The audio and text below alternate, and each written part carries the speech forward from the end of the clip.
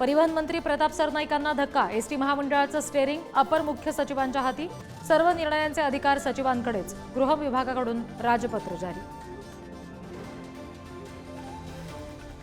रायगड जिल्ह्याच्या पालकमंत्रीपदाच्या वादामुळे विकास कामांना खीळ। जिल्हा नियोजन समितीची बैठक सुद्धा रखडली।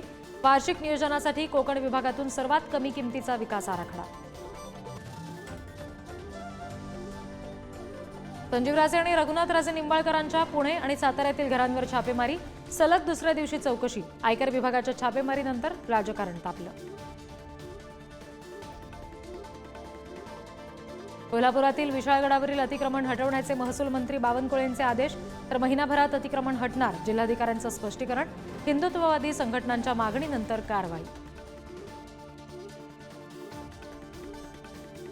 वाल्मिक कराड धनंजय मुंडेंच्या बातम्या बघितल्या म्हणून बीडमध्ये एकावर हल्ला। तुझा संतोष देशमुख करू अशी ही धमकी। हल्लेखोरांच्या मोबाईलमध्ये कृष्ण आंधळेचं स्टेटस।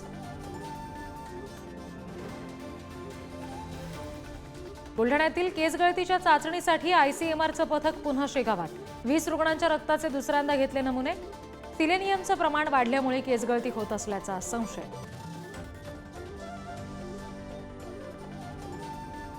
कल्याण शिळफाटा मार्गावर वाहतूक 5 दिवस बंद। रेल्वे उड्डाणपुलाच्या पुनर्बांधणीसाठी वाहतूक दुसरीकडून वळवली। मुंबई नवी मुंबईकडे येणाऱ्यांचे हाल।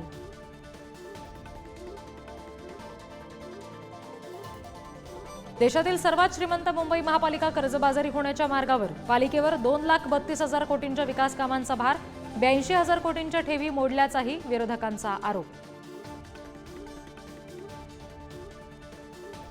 शिर्डीच्या साई मंदिरामध्ये आजपासून मोफत भोजनासाठी कुपन दिले जाणार।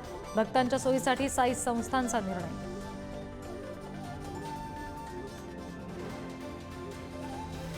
तिरुपती देवस्थाननं 18 गैर हिंदू कर्मचाऱ्यांना कामावरून काढलं।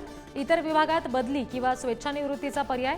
मंदिराचं पावित्र्य राखण्यासाठी निर्णय घेतल्याचं मंदिर समितीचं स्पष्टीकरण।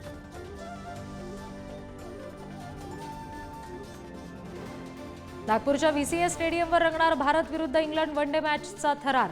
2000 पोलिसांचा बंदोबस्त। ब्लॅकनं तिकीट विकणारे दोघे गजाआड।